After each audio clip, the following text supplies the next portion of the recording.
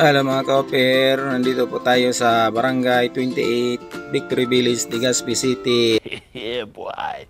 At may magpapa-home service sa atin dito na si Madam Karen Dado. Okay. Yan, so punta natin sa bahay. So ito na po yung ipapa-repair ni Madam Karen. So ayan po din, so single tab na washing machine. So ang sabi ni Madam, hindi na daw gumagana, so i-check na natin yan. Kaya nga ikaw alam kung magaling ang tsamba mo, malakas eh. So ayan yung model niya. So i-check natin kung bakit nga hindi na gumagana yung motor niya. So ayan, buksan na natin. So nagtingin-tingin muna ako dyan kung ano ang mga dapat nating i-check. So unang-una, check natin muna yung mga wirings niya. So dyan muna tayo mag-focus. Okay. Hanapin ko lang muna yung aking bulang kristal para malaman natin yung kung ano talaga ang dahilan kung bakit hindi na gumagana yung motor. So nagdahan-dahan pala ako dyan mag-check kasi baka magalit sa atin yung bagong panganak. Pwede na. Ayan pala yung bagong panganak ko, diba? Bottom.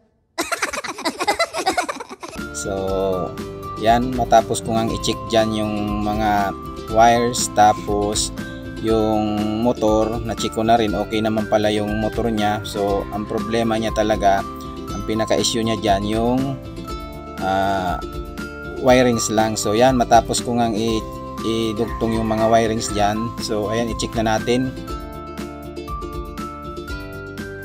So ayan, i-plug in ko na. So yan, pag plug in pa lang, so ayan, narinig na natin yung motor na umiikot na. So okay na yan guys. So maraming salamat po pala kay Karen Dado ng Purok 3, Barangay 28, Victory Village, Legazpi City. So salamat po sa pagtitiwala, Madam.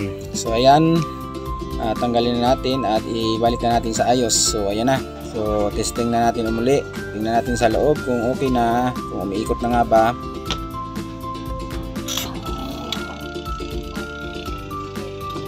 So ayan, umikot na. So huwag po pala kalimutan mag-subscribe, like, and share sa aking Facebook page at YouTube channel, and kahit na rin ang notification bell para updated kayo sa mga bago kong i-upload na videos. Thank you! At sa huli po, may picture taking kami. Hanggang dito na lang po ang aking video. Be blessed. Shalom!